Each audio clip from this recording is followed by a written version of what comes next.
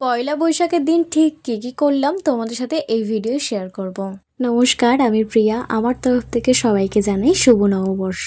সকালবেলা ঘুম থেকে উঠেই আগে স্নানটা সেরে নিয়েছি।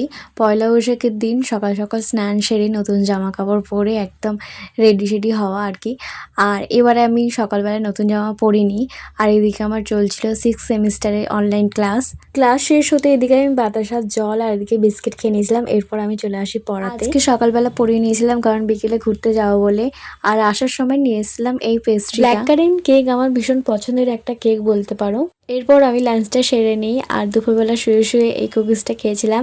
বিকেলবেলা হতেই এদিকে রেডি হতে চলে এসেছি কারণ আজকে আমরা সবাই মিলে ঘুরতে যাব না, অ্যাকচুয়ালি আমরা মন্দিরেই যাব। অনেক দিন হয়ে গেছে কোথাও বেরোনো হয়নি, তো আজকে ভাবলাম মাকে নিয়ে একটু বেরোনো যাক। আমরা 3 বোন মিলে আর মাকে নিয়ে গেছিলাম একটু ইস্কনে। এর আগে কখনো এখানে আসা হয়নি, আমার এই ফার্স্ট টাইম এখানে আসা। আমরা যখন গেছিলাম তখন ওই 6টা 7টা নাগাদ বাজে।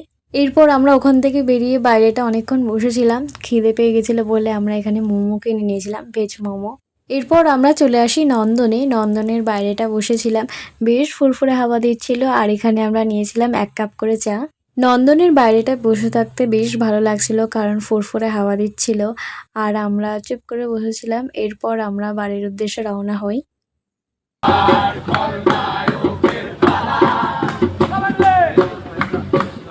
আমি বাড়ির উদ্দেশ্যে রওনা হই আর আজকের ভিডিওটা এখানে শেষ করলাম। দেখা যায় নেক্সট পরবর্তী ব্লগে। টাটা।